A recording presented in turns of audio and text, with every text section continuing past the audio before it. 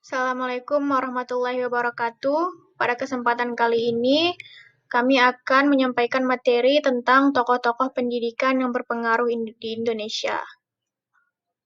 Yang disusun oleh kelompok 9, yang terdiri dari Regina Valda, Suci Indah Savitri, dan Safrianda Putra.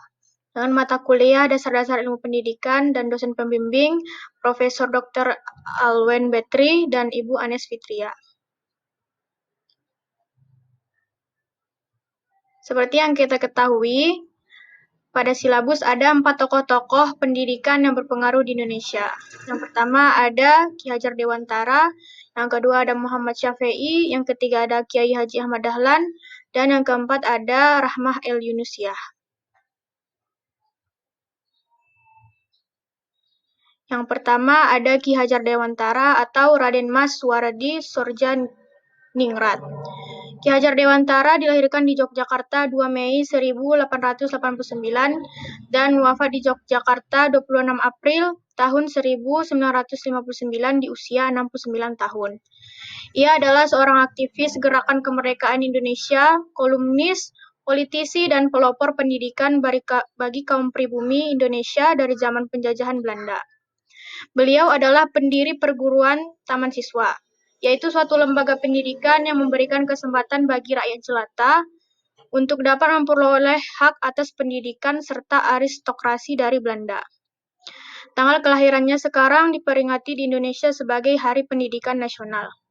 Bagian dari penciptaan slogan Tutwuri Handayani, menjadi slogan Departemen Pendidikan Nasional Indonesia.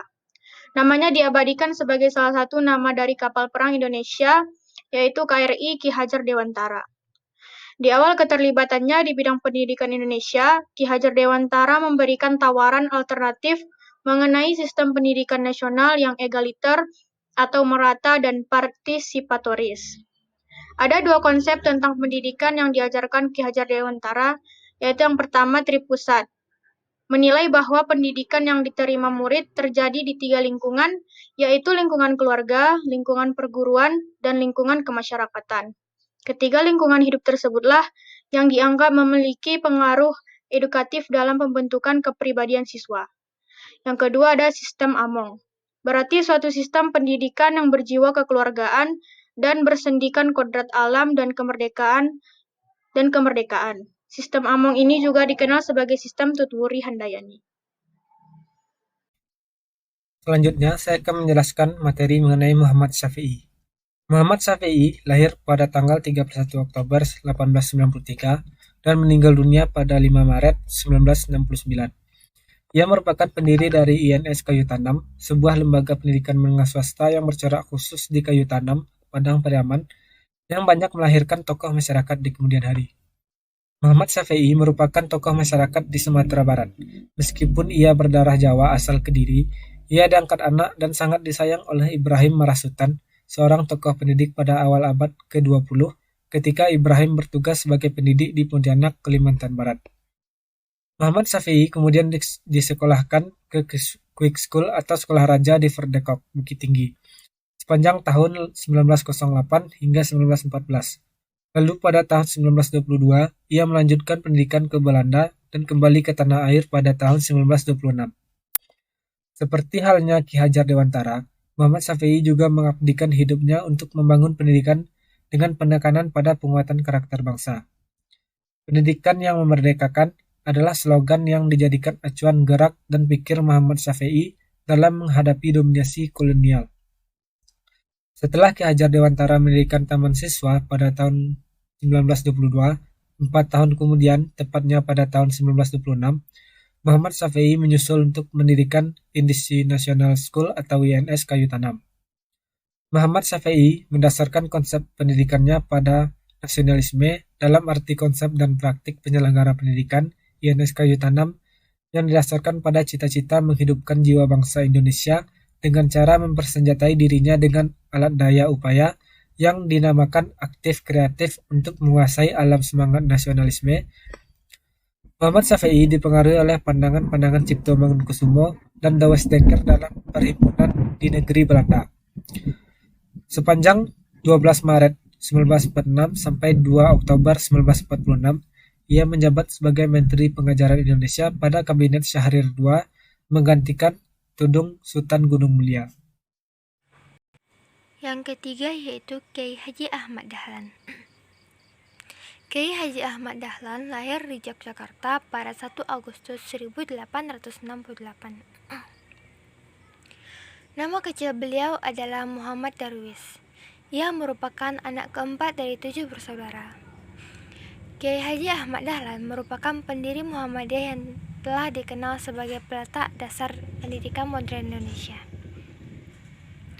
Beliau telah memainkan peran yang sangat penting dan strategis dalam melakukan modernisasi pendidikan Islam di Indonesia. Gagasan Kiai Haji Ahmad Dahlan tentang pendidikan berawal dari ketidakpuasan dirinya ketika melihat adanya dualisme sistem pendidikan, yaitu sistem pendidikan Islam yang berbasis kepesantrenan dan sistem pendidikan sekuler atau Barat. Ia tidak cenderung kepada salah satunya, tetapi melihat segi-segi positif dari keduanya. Beliau memberikan penilaian yang tinggi terhadap ilmu pengetahuan yang diajarkan di sekolah Belanda, tetapi tidak mengurangi nilai dan penghargaan yang utuh terhadap ilmu-ilmu agama yang terdapat dalam lembaga-lembaga pendidikan pesantren. Sekolah pertama yang didirikan oleh Kiai Haji Ahmad Dahlan adalah Madrasah Ibtidaiyah Diniyah Islamiyah pada tanggal 11 Desember 1911 di Kauman, Yogyakarta. Peran utama Kiai Haji Ahmad Dahlan dalam bidang pendidikan adalah upaya mengkompromikan beberapa unsur positif dari sistem pendidikan Islam dan sistem pendidikan Barat. Model pendidikan ini dibuktikan dengan karyanya yang nyata, yaitu lahirnya lembaga-lembaga pendidikan Muhammadiyah di seluruh Nusantara ini, yang kini jumlahnya mencapai puluhan ribu, mulai dari PAUD, pendidikan dasar dan menengah, sampai dengan pendidikan tinggi Muhammadiyah. Yang keempat dan yang terakhir adalah Rahmah Al-Yunusiyah. Rahmah adalah penggerak utama kemajuan kaum perempuan di Sumatera Barat pada masanya. Kualitasnya diakui di level internasional. Ia kerap berperkara dengan orang-orang Belanda, pernah diadili dan dicekal pemerintah kolonial, kemudian ditahan Belanda pada masa revolusi. Rahmah sempat duduk di parlemen setelah RI merdeka, bahkan pernah pula dicap sebagai pemberontak oleh rezim Soekarno. Ia lahir pada 29 Desember pada tahun 1900 di Nagari Bukit Surungan, Parangpanjang, Sumatera Barat. Sesuai tuntutan adat, Rahmah kawin muda pada usia 16 tahun. Namun, pernikahan itu hanya bertahan 6 tahun saja. Setelahnya, Rahmah menjelma menjadi sosok perempuan yang berpengaruh. Rahmah merintis Madrasah Diniyah Lil Al-Banat atau Diniyah Putri. Sekolah khusus untuk siswa perempuan ini merupakan bagian dari Diniyah sekolah yang didirikan oleh Zainuddin Labe Al-Yunusi pada 10 Oktober 1915. Zainuddin adalah kakak kandung dari Rahmah. Rahmah menilai bahwa posisi kaum perempuan dalam Islam cukup sentral. Dalam hal ini tidak ada perbedaan dengan kaum laki-laki. Perbedaan peran memang ada, namun ini bukan merupakan wilayah yang kemudian dijadikan pembenaran sebagai bukti adanya suatu diskriminasi. Ia hanya berupaya memperbaiki kondisi kaumnya melalui bidang pendidikan, sebab menurutnya perempuan pada akhirnya akan berperan sebagai seorang ibu. Dalam kurikulum dan sistem pendidikan Diniyah Putri, sejak berdirinya selalu mempertahankan sistem pendidikan Tritunggal, yaitu kerjasama yang erat antara lingkungan sekolah, asrama, dan rumah tangga atau masyarakat. Dengan sistem pendidikan yang dianut oleh perguruan ini, terjalinlah kerjasama yang erat antara ketiga macam sistem lingkungan untuk mencapai tujuan sesuai dengan yang telah diharapkan. Ini berarti bahwa pendidikan yang diberikan secara formal di pagi hari dipraktikkan di asrama secara informal di bawah asuhan dan bimbingan ibu asrama dan guru-guru pengasuh yang seluruhnya adalah guru-guru perempuan. Kemudian, semua materi pendidikan yang pernah diterima oleh pelajar selama mereka berada di perguruan ini dipraktikkan di lingkungan keluarga dan masyarakat sekitarnya di bawah pengasuhan orang tuanya. Lebih dari itu, untuk mengembangkan pengetahuannya tentang kurikulum sekolah, Rahma juga melakukan studi banding melalui kunjungan-kunjungan sekolah ke Sumatera dan Jawa. Perpaduan sistem kurikulum yang dicanangkan dalam Dinia School menggambarkan bahwa setiap pendidikan yang melibatkan berbagai pihak.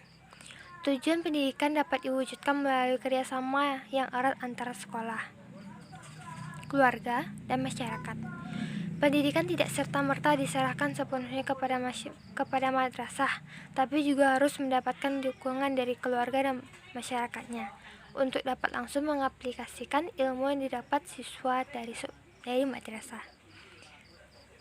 Baiklah, sekian dari saya. Saya